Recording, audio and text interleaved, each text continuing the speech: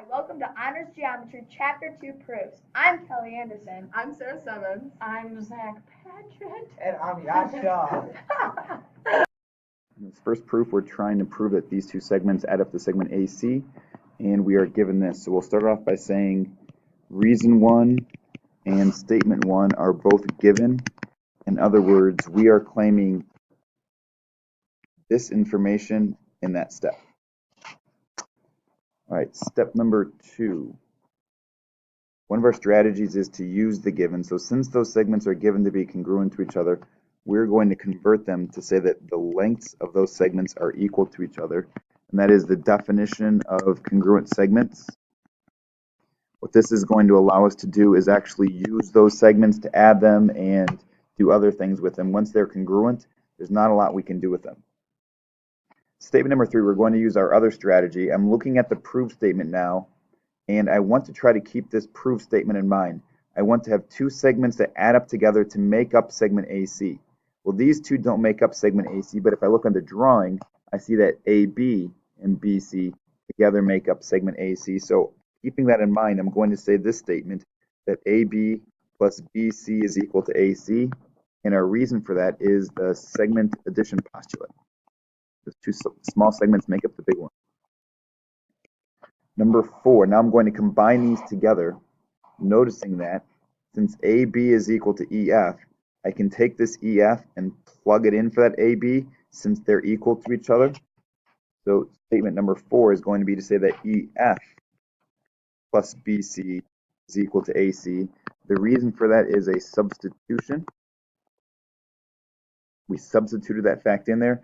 We use statement number 3 and statement number 2 in that substitution, and this is what we're trying to prove. And here's proof number 2. We'll start off with saying we have the given, and the reason is given. In other words, we're claiming these two pieces of information in step number 1. So our strategy is to use the given.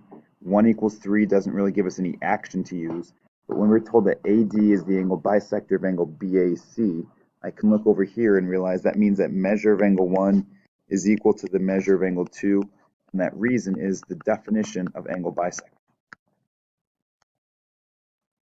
Step number 3, still using that given. I was told that 1 equals 3. Now I have 1 equals 2. So what that means to me is I can make the connection 2 equals 1, 1 equals 3. This is a transitive that will allow me to say that the measure of angle 2 is equal to the measure of angle 3. So I've used both parts of the given now. I'm going to look at the proof statement, and what the proof statement says is that two small angles add up to angle RST. If I locate angle RST over here, there are two smaller angles that make up that bigger angle. That's angles 3 and 4. So we'll say then that the measure of angle 3 plus the measure of angle 4 is equal to the measure of angle RST. That is the angle addition postulate. Step number 5, we're going to combine some of this together. The proof statement says we want 2 plus 4 equal to RST. We have 3 plus 4 equals RST. Well, since 2 equals 3, we can rewrite the statement number 4 and say that 2, plugging it in or substituting it in there, 2 plus 4 is equal to the measure of angle RST. That is a substitution of steps 4 and 3. Proof number 3, I've already got the given down for step 1. Step number 2 isn't quite as obvious as some of those other ones. I want to use the given, AC equals BD, but there's no real action to take from that one. I want to keep the proof statement in mind, but again, there's no real action that's obvious from that one, so it's going to be a little more difficult to get this one started. So we'll kind of combine those two strategies into one. Can I use the given? Can I keep the proof statement in mind? Can I somehow combine these segments into an equation or equations? And what I notice is that AB plus BC together make up segment AC. So we can say AB plus BC is equal to AC, and our reason for that is the segment addition postulate. And while we are here, we can say almost the same thing again, but I see that segment CD plus BC is equal to segment BD, so we'll go ahead and say that here as well. CD plus BC is equal to BD, also segment addition postulate. And now for step 3, seeing how these relate to each other. Well, in the given, we have those segments equal to each other. So I'll highlight this. This is equal to AC. Here is that same AC equal to BD.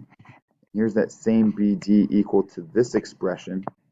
So what we have here is this is equal to this is equal to this is equal to this.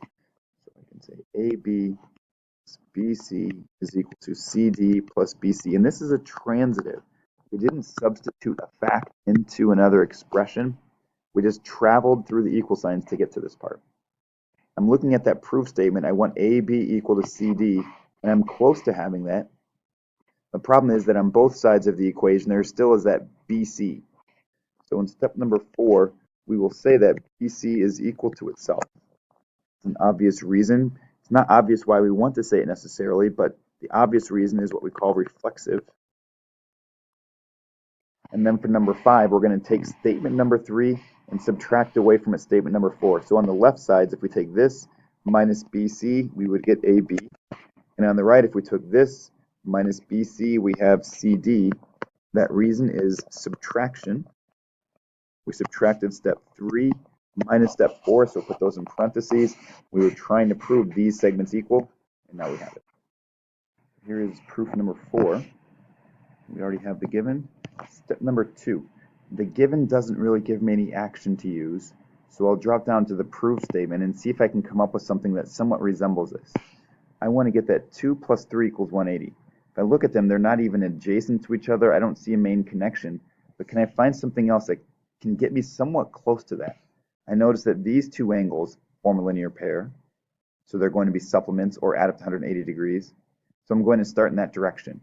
I could say it's 1 and 2, or I could say it's 2 and 1, and the order of those is significant because if I look at this proof statement, 2 comes before 3, so I want 2 to come before this 1. So my statement number 2 is going to be to say that angle 2 and angle 1 are supplements, and this is the linear pair postulate.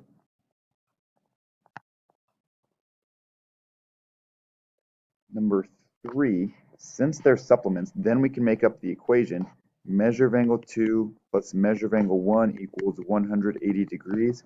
And the reason I know that is because in the previous step I saw the word supplement. Supplement is synonymous with 180 degrees. This is the definition of supplements. Statement number 4. We almost have the proof statement. What we're going to do next is use the given finally. We know that 1 equals 3, so we can take this angle 3 and plug it in for that angle 1. So statement number 4, we're going to say measure of angle 2 plus the measure of angle 3 equals 180. That is a substitution. Substitution of step 3, that's the equation, and step 1, that's where we got the fact from. Proof number 5.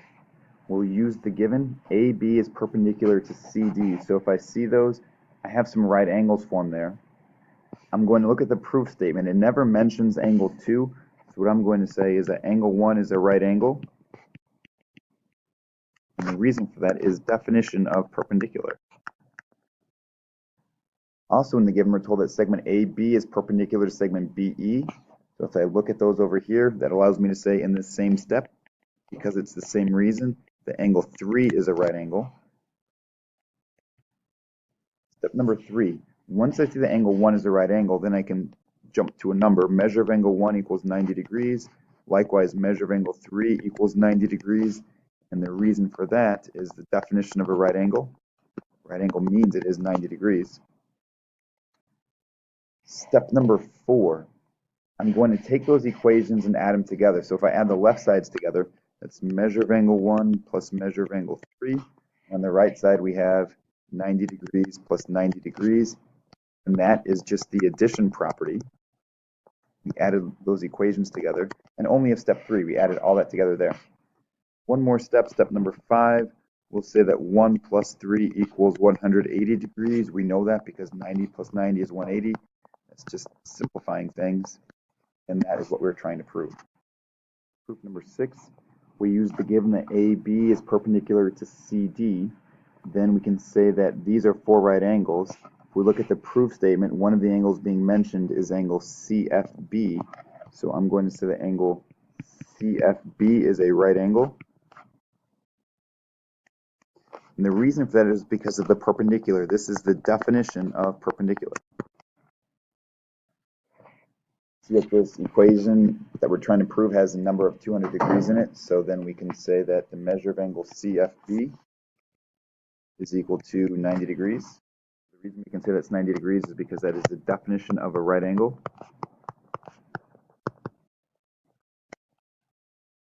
Now we'll go back to the proof statement. We want to get that two angles added up together come out to 200 degrees.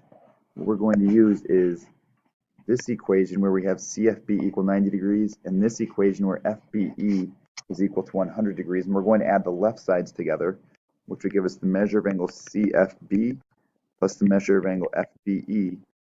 And on the right then, CFB was equal to 90, FBE was equal to 110 degrees. So in statement number 4, we're calling this addition because we added those equations to each other. That was steps 3 and 1. Step 3 for the CFB, step 1 for the FBE. And then finally in step number 5, the left side isn't going to change at all. But on the right side, we know that 90 plus 110 is 200 degrees. So our reason for that is just going to be pi. We're just doing the simple arithmetic. Problem number 7, the given and proof statement, neither one gives us an obvious way to start. So we're going to see how we can combine those together to come up with an equation.